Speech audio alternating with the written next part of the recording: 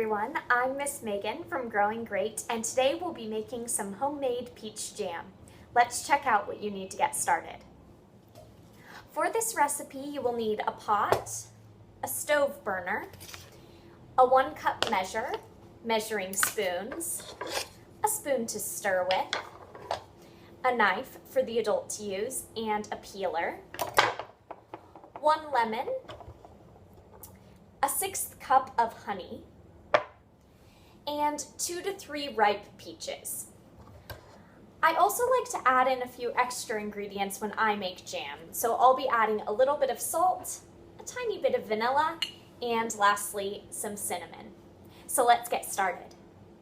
We'll be starting by peeling and cutting our peaches, but first, let's make sure we give our hands a nice thorough wash.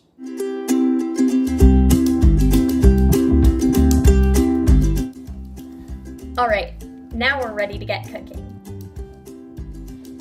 So first, we'll go ahead and peel all of our peaches.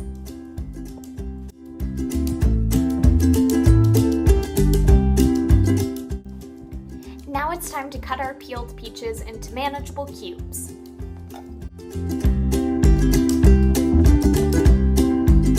Now we'll go ahead and measure 1½ cups of peaches.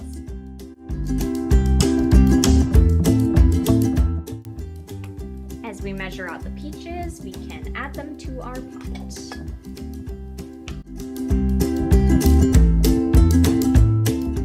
Perfect. Now we'll use a fork to smash our peaches a little to give them that nice jam consistency.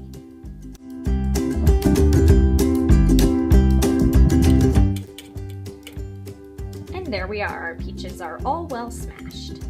Next, let's go ahead and prepare our lemon. So now we'll go ahead and cut our lemon, and I'm just going to put the lemon juice in this cup measure and we'll measure it using our teaspoons from there.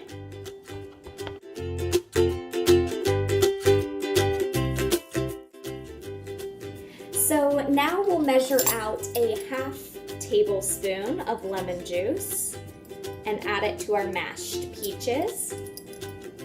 And then we're also going to add the full 1/6 cup of honey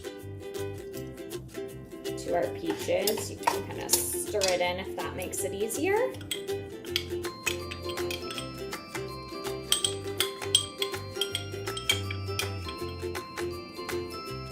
So just to spice up my jam a little bit, I'm going to add 1/2 teaspoon of vanilla.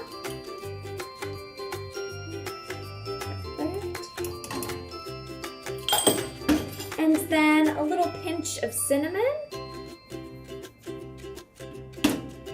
And also a little pinch of salt.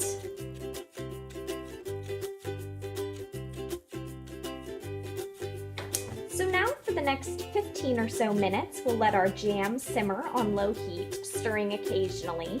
And then as the jam begins to thicken, we'll stir more frequently.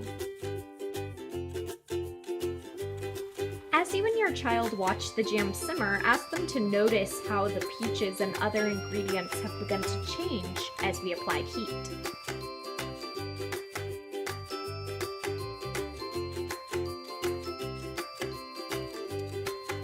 So now to our thickened jam, we'll add another 1/2 tablespoon of lemon juice.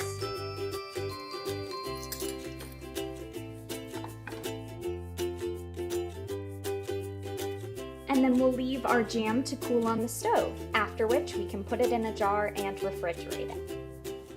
So now my jam has had time to cool, and I have transferred it into a little jar, which I can store in my fridge for up to a few weeks, or in the freezer for a couple months. Now, the last step, tasting.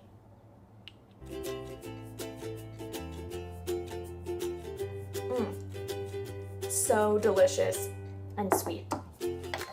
Now, keep in mind, you can do this activity with any fruit you have available to you. You can even make jam using frozen fruit or canned fruit.